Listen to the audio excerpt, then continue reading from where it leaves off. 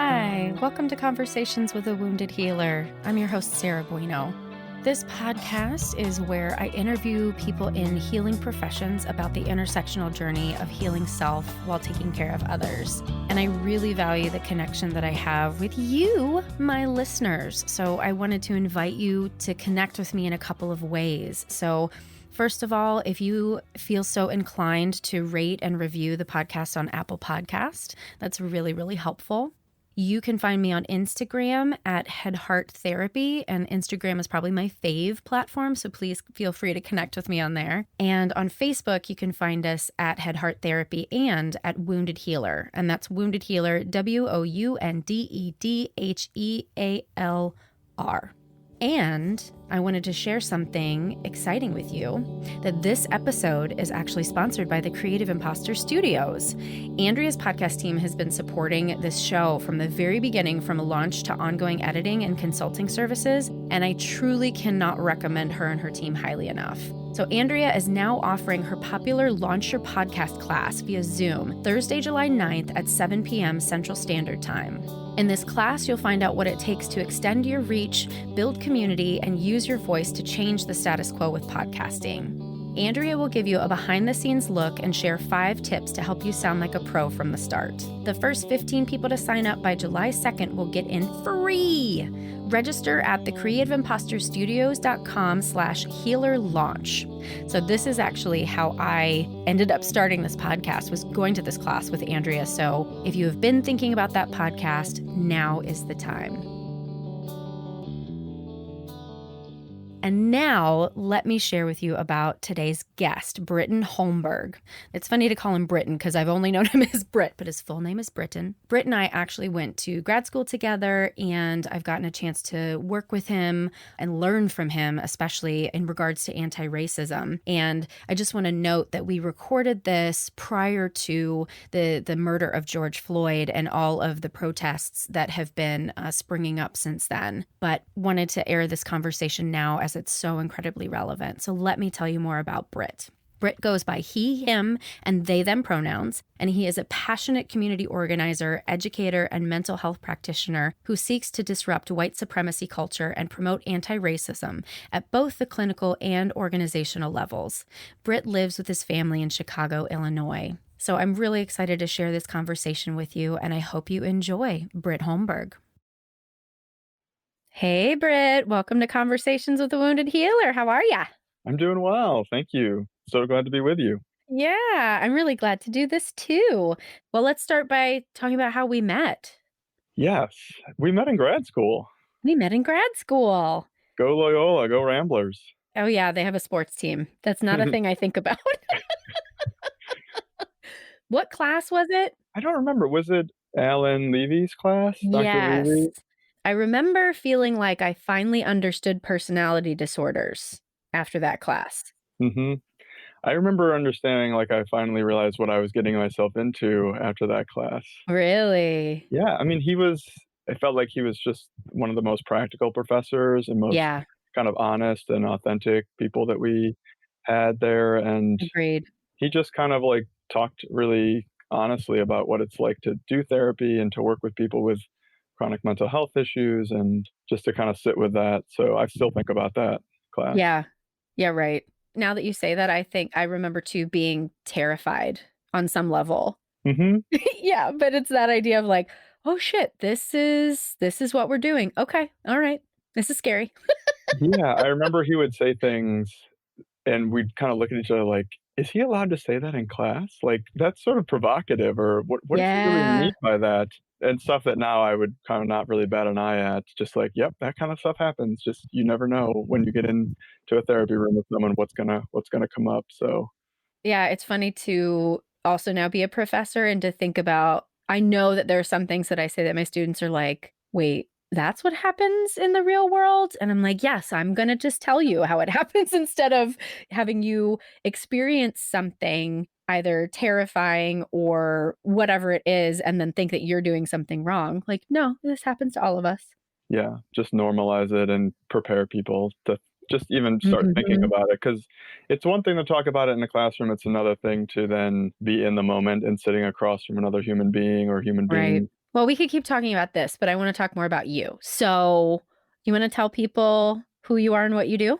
Yeah, sure. My name is Brit Holmberg, and I use he, him, they, them pronouns. I am a licensed clinical social worker. I also have a Master's of Divinity degree. I did a dual degree program with Loyola and Garrett Theological Seminary, graduated back in 2010. So I've been in the clinical field for about 10 years, and I've worked primarily in mental health.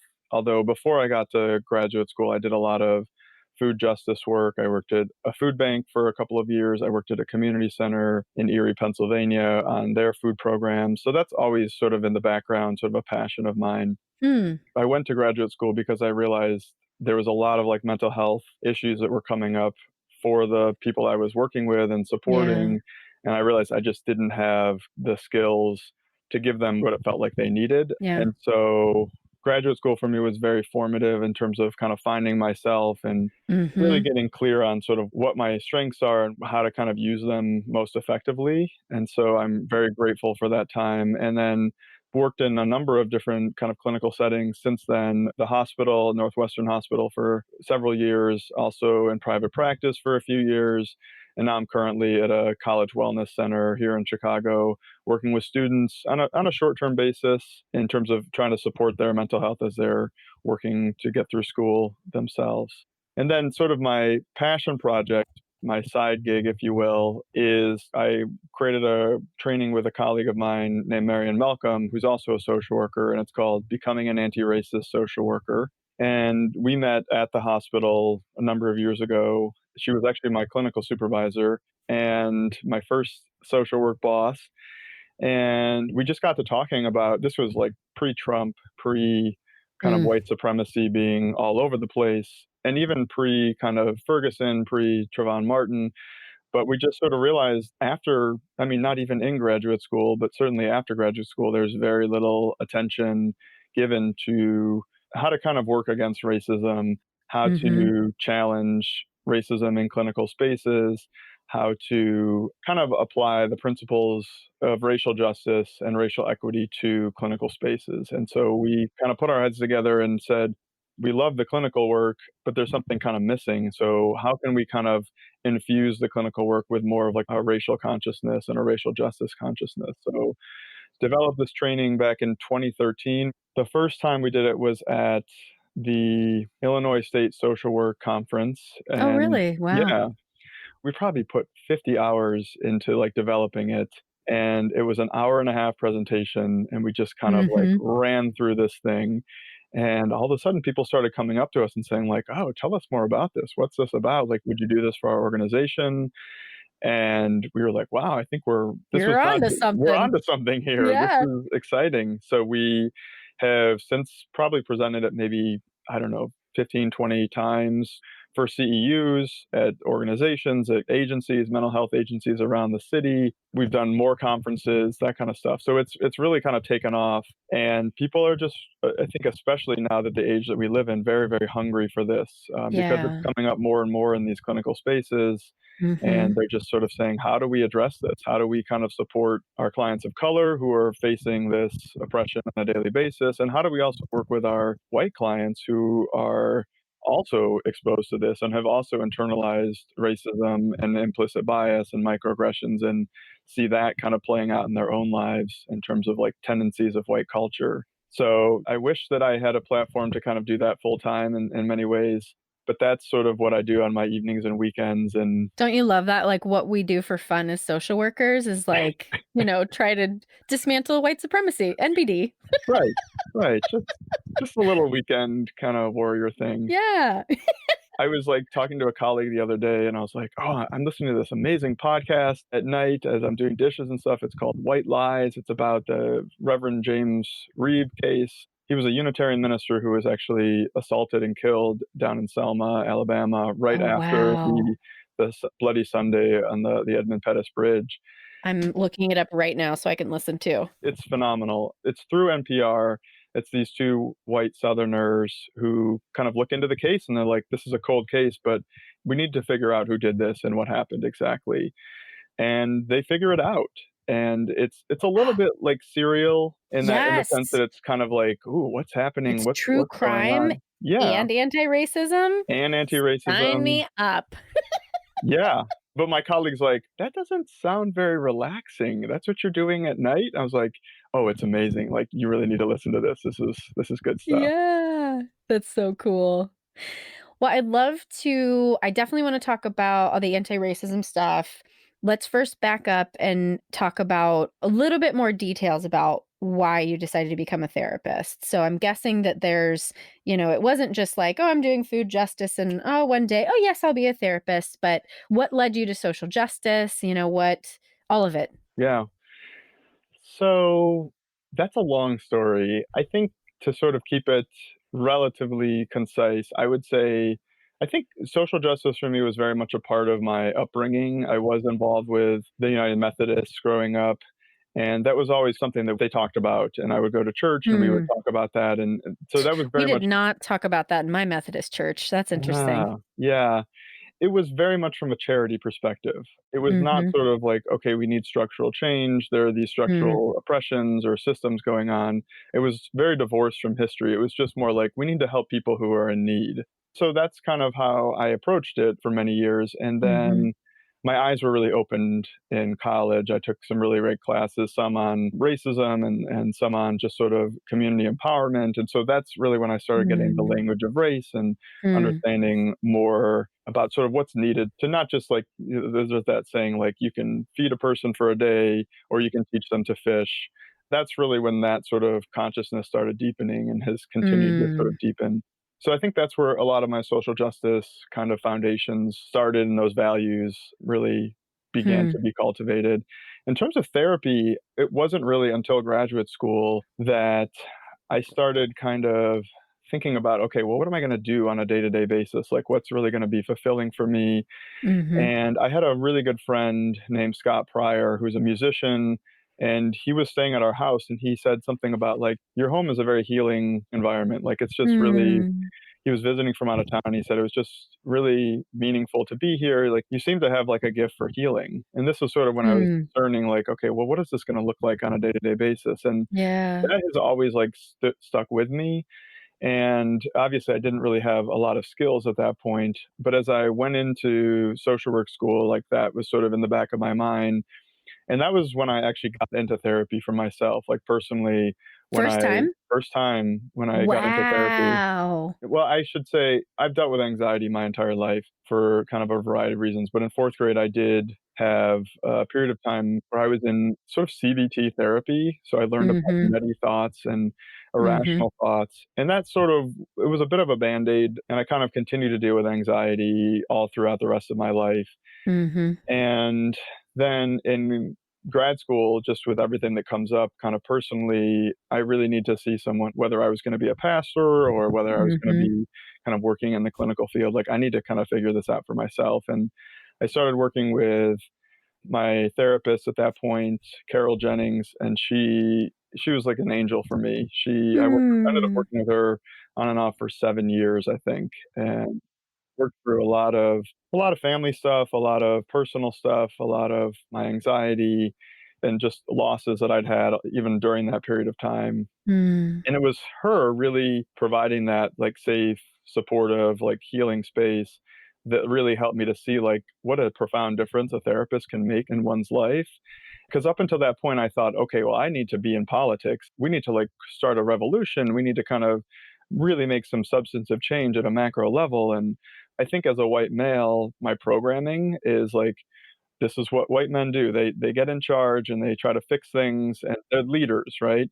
Sitting with Carol week in and week out, she really helped me to see, like, there are lots of ways to make change in people's lives and support change. And it was Mhm. very kind of grounding for me to sit with her. And so for my second year internship in graduate school, I requested like a clinical site, and I got placed at an outpatient mental health clinic at a hospital. And I remember talking with my partner. She was like, "You've never seemed this grounded before doing work in terms of like your day in and day out work." And I Hmm. think, as I Wow. was continuing with my own therapy, yeah, it just everything just sort of clicked into place, and I Hmm. realized that I don't have to like fix. things in people's lives. I don't have to fix the world, but like sitting with someone is a way to create a lot of deep change in their lives and support Yeah. them in that.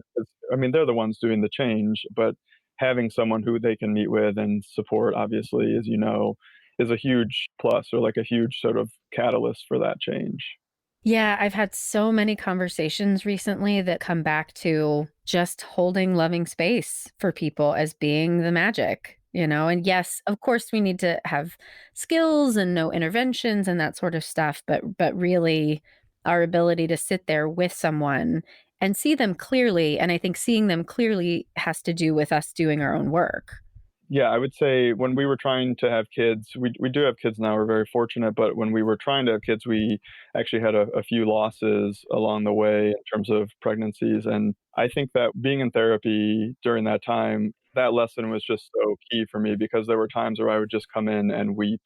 There were times where there were just no words to express the pain, but it was just Carol sitting there and supporting me, and we got through it, I got through it, and I'm so grateful. I wish there was a way that we could thank therapists after the fact that wasn't kind of, I don't know, just sort of awkward, or I wish there was a way to, like, kind of, and I have written her a letter as a thank Yeah. you. I just think about her every now and then, and I wanna just thank her again because it's like the gift that just keeps giving in my life. Like, I'm just so grateful for that support that she provided me. And because you're in the position now that I'm guessing that some of your clients feel that way about you, and you know how meaningful that work was to her as well. As a therapist, we can't help but be affected and changed and evolve with our clients if we're paying attention, right? Right. So I love when I hear from former clients. I love when they reach out, and I have folks who I worked with in treatment who now it's been 7 years since I've been there. And so some of them send me an email every year on their sober anniversary and say, I'm still sober. And it's, thanks to you. And of course, it's not thanks to me, but I got to be there at the beginning of their journey. And I love that so much. Mm. Yeah, I've heard from people over the years, but you're right. It's an interesting field because you can see the change and the growth while you're sitting across from the person, but then they really are sort of out of your life in a lot of ways. And I have to find ways to kind of hold on to that and to like Mm, take those sort of little victories because unlike other jobs, you don't really get that kind of feedback like after the fact. not all the time. Not all the time, yeah. You have to kind of like find ways to kind of create that for yourself because there can be pretty rough days too. Well, I'm guessing that doing the anti-racism work is part of how you, because at least for me, I think if we're not getting that feedback, which gives us the validation that we're doing something right, it feels like you're almost like in this nebulous void. But when I do presentations and I have people come up to me and say, oh my God, that was so impactful for me because X, Y, and Z, that's that like touch point of like, okay, someone is picking up what I'm putting down, right? And I'm guessing for you, that may fulfill the same need. Yeah, I think it does. And I think it also speaks to like that sort of what I was saying earlier, like that desire to kind of make macro change gives that a little bit of voice and a little bit of a place to put that to. But yeah, that is sort of affirming to kind of hear, and it's feedback that I don't typically get in sessions or once people terminate, that kind of stuff. And to also to hear from just other, especially because it's oftentimes other clinicians or other people who are kind of out in the community doing this kind of work, to know that they're appreciating this, that they're getting some value out of it. So it Hmm. does kind of fill that in a way that I hadn't thought about. Yeah. Well, let's talk about that more. And I want to publicly thank you. So Britt and Marion did a presentation for Head Heart, and it was so awesome. And I did not have the same education that you did prior to grad school. The race and ethnicity class was the first time I heard gender is a social construction and white privilege. Those were the first times I fucking heard those terms, which is Mm. ludicrous that I could move through the world and not be exposed to that.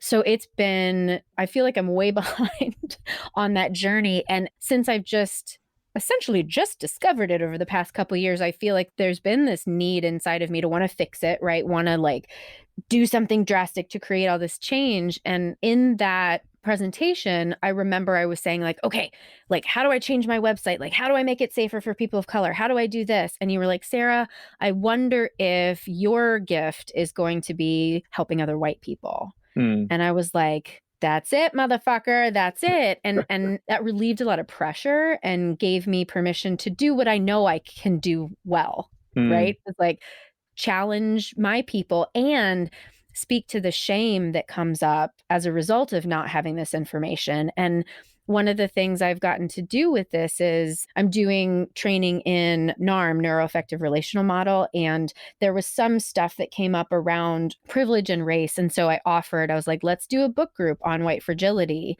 And mm. so I am getting to do exactly what you said I could do. And so I just wanted to thank you for giving me that permission and inspiration. And it's just awesome. Yeah. Well, that's really exciting to hear. I'm glad to hear it. You're very welcome. I think, oftentimes when we think about racism as white people, there is this tendency to think, okay, well, someone else needs help. I need to fix Right. something outside of me. And I think it's part of our training or our sort of programming as white people to think that racism is about other people or about Right. people of color. And really what it comes down to in a lot of ways is us sort of looking in the mirror and saying, okay, how am I a part of the problem? How am I wounded or affected by whiteness? And how have I been raised? How have I been kind of socialized to just accept the status quo and begin to kind of dig away at that and to ask those tough questions of colleagues, but certainly family members, parents, and other sort of organizations that we're involved in. Just start asking those questions and then keep kind of that work moving, because we hear a lot of people will reach out to us and say, I'm not sure I really need your training, I'm not racist. And Yeah. I Yeah. say, okay, are you anti-racist?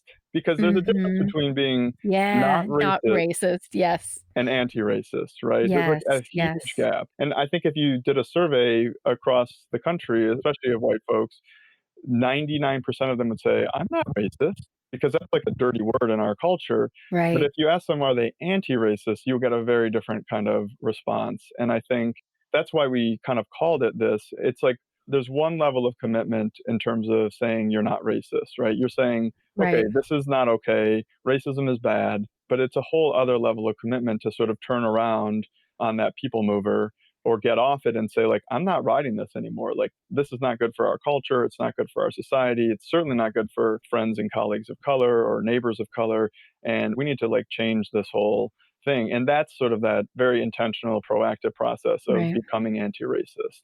And I think trying to make that distinction for people helps kind of open their eyes to what you're saying, like, okay, there's some Yeah. internal work here, there's some community work here that needs to be done, and it's not going to happen if I'm just sort of going along with the flow.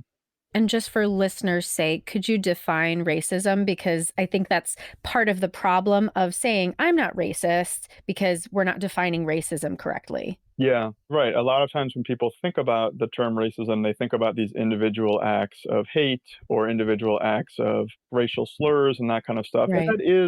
that is a very real and very pernicious form of racism or expression of racism. But when Marion and I talk about racism, and I think when many people are sort of naming racism in present day society, we're talking about this institutional level of racism that really is about like a system of power, a system of advantage, a system of privilege that very much kind of creates white people in our culture and lifts them up as being superior, and people of color, Native Americans, indigenous people as inferior, and sort of builds an entire society around that lie.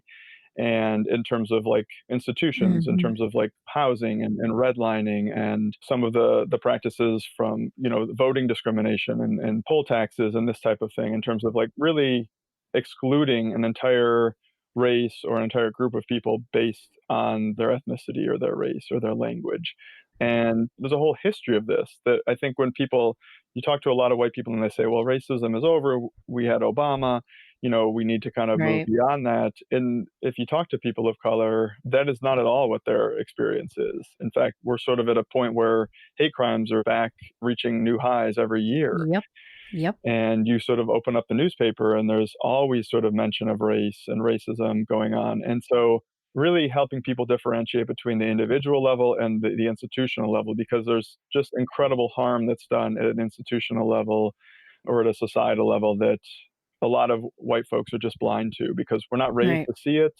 We're not Right. raised to talk about it. There's the shame that comes up when we do. And that's ultimately what we try to do in these trainings and these workshops we do is just Mhm. kind of create a space where people can start to talk about their experience with race and racism in this country. And that alone is the beginning of the healing process because it kind of begins to sort of strip away some of that shame, especially if you're white, strip away some of that confusion, the guilt, that kind of thing that can really just keep us silent. Absolutely. And when white people ask you, like, what do I need to do? How do I educate myself? Where do you usually point them? Wow. It kind of depends on where they are in the process. We really try to frame it as a journey. We were very intentional about calling it becoming an anti-racist social worker. We didn't want people to think about it as like an endpoint or like a destination. We Yeah, really wanted yeah. to think about it as a journey. And as a white person, I've been doing this work kind of on and off for the past 20 years. I very much see myself on a journey. This is not a place that I think I'll ever arrive fully at because racism in this country is just constantly sort of evolving and coming up in new ways. And Right. I have blind spots, right? I'm more conscious of them than I used to be, but I still have blind spots and I still fall into these traps. And so it's like this constant sort of process that I think we can do some of it on our own. We also, I think, need to do it in community. One of the tendencies of white culture is isolation and feeling cut off. And that's where that shame, you know, very well, with like in terms of the Mhm. shame that comes up as a result of that. But when we can sort of overcome that shame and overcome the fear and really begin to have more authentic conversations about the reality of racism, then we actually can begin to heal. So for Yeah. some people, I think it's reading a book like White Fragility. For me, it was this book called Why Are All the Black Kids Sitting Together in the Cafeteria Mhm, by mhm. Beverly Daniel Tatum. She wrote that, you know, more than 20 years ago now. And that was the book that we read. Peggy McIntosh's Unpacking the Invisible White Knapsack, Right. which Right. back in the 90s was when I was in school was really groundbreaking. And now people are like, yes, white privilege happens. What are we doing about more of white supremacy culture and kind of Right. these tendencies? So I think oftentimes books can be helpful. There's another book that I read recently called Black Dignity in a World Made for Whiteness by Austin Channing Brown.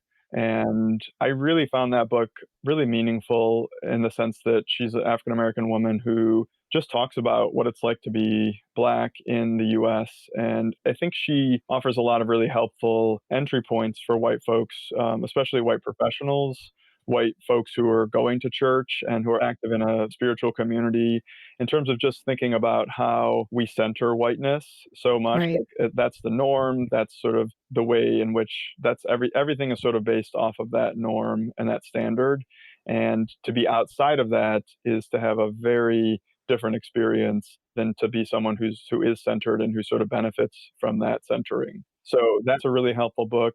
Some of these podcasts that have been coming out, there's one on NPR called Code Switch that I like to listen to a lot. Yeah, yeah. Mhm. It's run by people of color, and they're always bringing up really interesting. They're talking about either new authors or new research or new Mm. movements that are going on. So doing reading is one thing, and especially focusing on reading authors of color or researchers of color or clinicians of color is super important so that you're not just kind of taking in more of the same, but you're really getting other people's perspectives.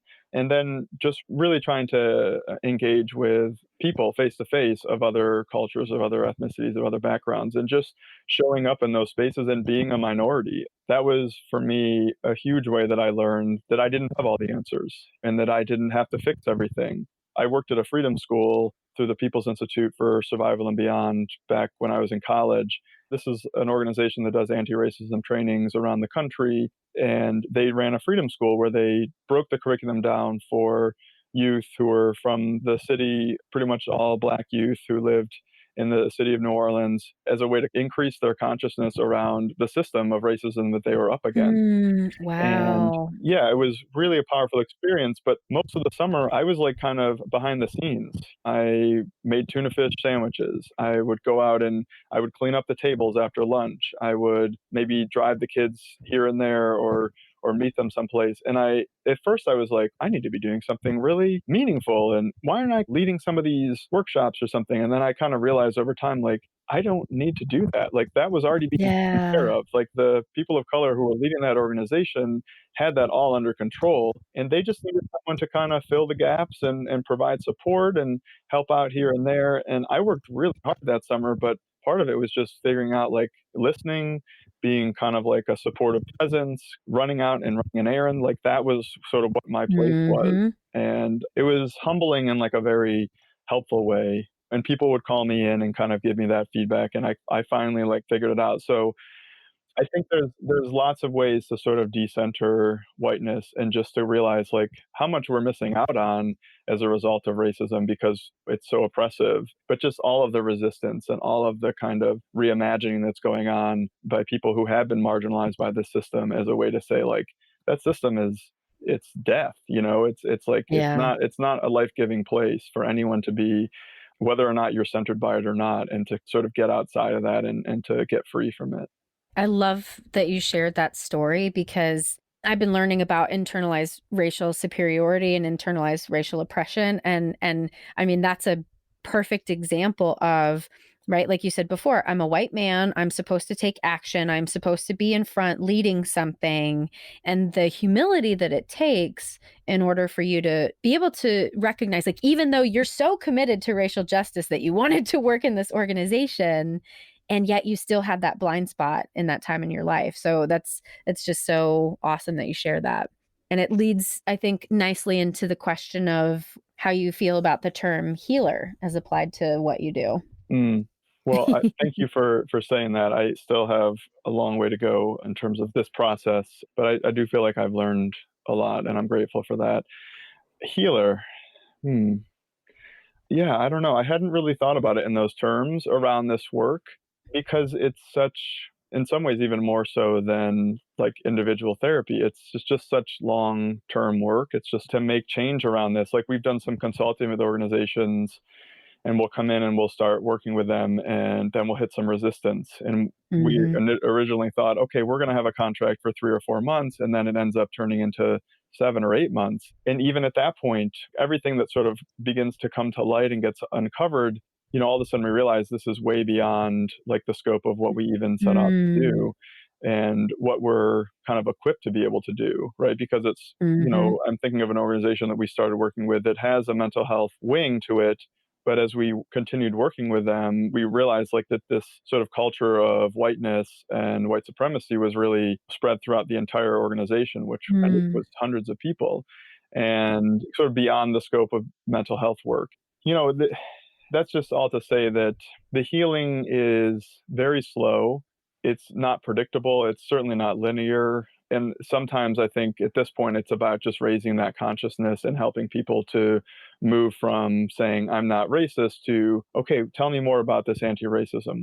Tell me what that looks Hmm. like. I want to think more about how to kind of push beyond just not being racist because I can see that that's certainly harming others. And it's also really limiting me if they're a white Right. person. And so tell me more about what does that look like? How can I do that for my colleagues? How can I kind of embody that more for the clients if I'm working in a clinical space? And just sort of getting people started on the process and trying to give them some tools and resources to really have these difficult conversations and have them in a way that they can be causing less harm, to colleagues, causing Hmm. less harm to clients, and hopefully moving to a place where they are then creating more healing. I think maybe that's more what it is for me as I'm talking it through. It's more of a harm reduction kind of model at this point, Mm. and doing motivational interviewing to try to Yeah. encourage organizations and individuals to move a little bit further in terms of preparing for action and then taking action and then sustaining that action. Because it's a process, and you can very easily slide back into collusion with white supremacy, with this culture of whiteness that gets Hmm. centered. And it's about kind of like really mindfully and authentically trying to navigate that. And, sometimes it's important as a white person to stand up and to really vocalize and amplify the voices of people of color because society has been programmed not to listen to them. And sometimes it's more just about inviting those colleagues and clients to speak and to use their voice and to just try to create the space so that's possible. So I think at this point, I feel like it's a lot about harm reduction, which is a form of healing. It's a Hmm. very important part of the stages of change or the process of healing. But we don't always get to see that point of actual health or wellness Right. because it is, I think, we're dealing with, this is starting back in 1492, right? With the invasion of indigenous peoples and communities and land, and then 1619 with the beginning of enslavement in this country, and Hmm. all of the sort of atrocities that have occurred on this land that we live and we call the United States. So it's just this huge backstory and this huge kind of inertia that we're really trying to work actively against. And that's a really big stream to try to divert or to try to make any sort of headway on. So I think that that's, I guess, how I would answer the question. I wish I had a more. But you still didn't really answer the question of whether you are a healer. Yes, I'm sorry. I definitely see myself as a healer. I thought you were talking about it more in the context of the All of it. racial justice work. All of it. Yeah. But I guess I just wanted, I wanted your perspective on if you're a healer. And so you say, yes, Yes, I am.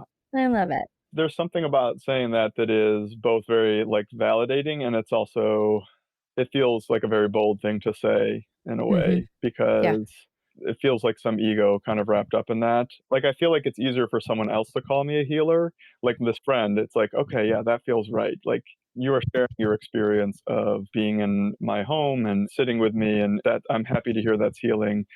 To say that, to claim that is, it does feel very bold. But I think I need to own that. And I do feel that me being able to support someone and sit with them and encourage Hmm. them, whether it's sort of in an individual clinical space or at one of these workshops like that I think I do contribute to healing in the world. I hope I do. So, I'm going to say yes.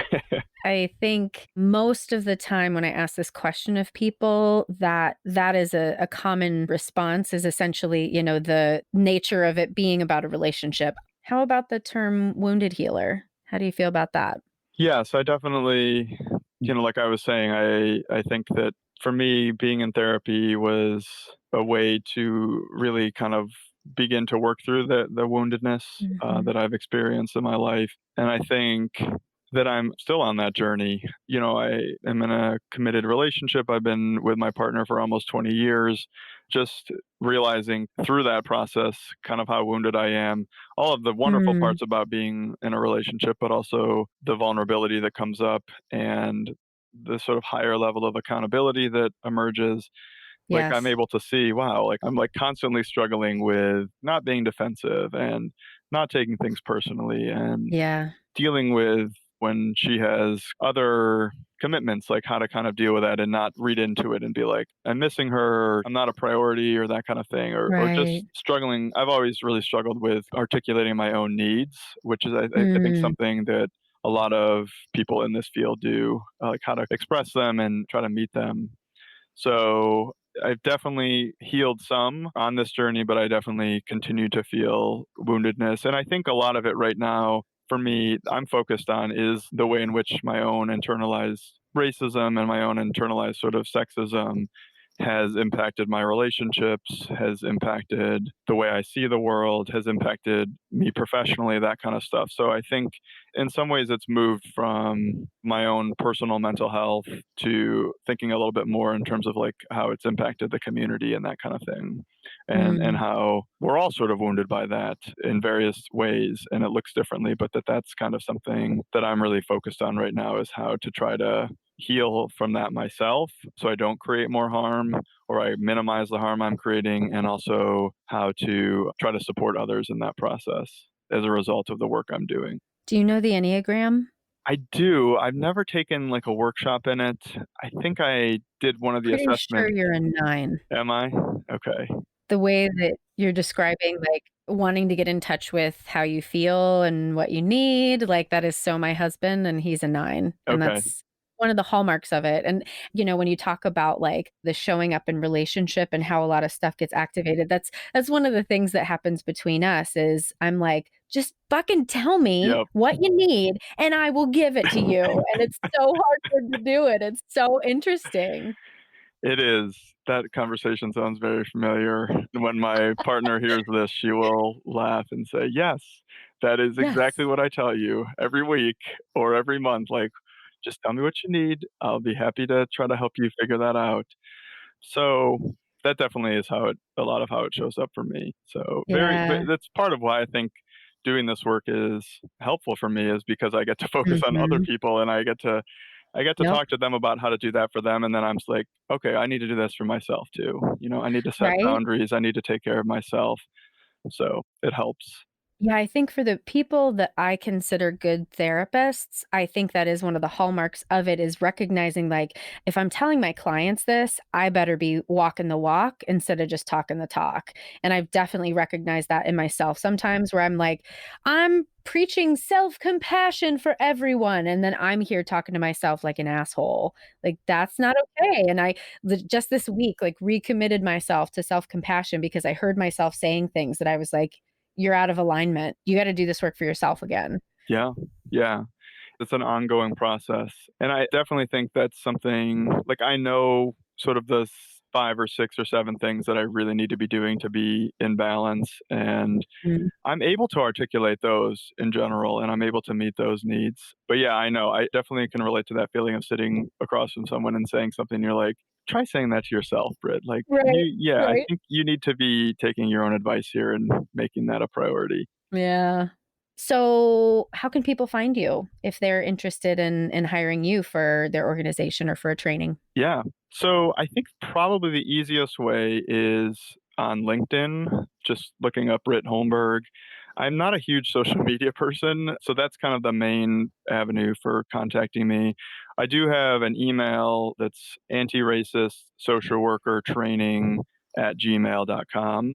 Marion and I are working on developing a website specifically for this. She does have sydneymalcolm.com as her website, and there's like a small blurb about becoming an Mm, anti-racist social worker on there, but there's not a whole lot of information. So you can certainly also go to sydneymalcolm.com and then sort of contact Marion and, get the process started that way too. So either of us is like a really helpful entry point. I'm doing a training on mindfulness for University of Chicago in 2 months for their School of Social Administration up in Evanston. And then it looks like we'd created a new training kind of based off of the original training called Racial Equity in Ethics. So it's a way to kind of take a lot of what we talk about in becoming an anti-racist social worker and think about it mhm. through an ethical lens to say like this is ethics too, right? There's a lot of ethics involved with thinking about racial equity and the process of moving towards inclusion, the process of moving towards racial equity, because a lot of times people and organizations just want to rush to that. They want to say, like, we're going to hire a director of equity and that's going to solve all of our problems. And that is not the solution. Not that that can't help, but anything that we do as an organization, we have to kind of think about it through a lens of inclusivity and through a lens of equity and helping people think about what does that process look like? Because the process in a lot of ways is really some of the most important part of the work. And if you don't have people sitting around the table that are racially diverse and that they have sort of a equal voice, or if you're not talking about power, then you're really not doing racial equity work or Yeah. inclusion work. It's really all about looking at that. And so definitely check those out as potential like connection points as well. We'd be happy to see you there. Awesome. Well, this has just been great. You're just a wonderful human, and I'm just so glad to know you. Thank you. Yeah, I feel very honored that you asked me to be a part of this and just really excited to talk about this work and to connect Mhm. and to support the work you're doing. So thank you for all that you're doing too. Awesome. Thanks so much for listening today. Thank you so much to Brit. And you can find more information about him at www.headhearttherapy.com/podcasts. And as always, thanks to the Creative Imposter Studios for editing and all the wonderful support that they give to Conversations with a Wounded Healer. Thanks to Liam O'Donnell for the album art and to Ben Mueller for our theme music. Until next time, bye-bye.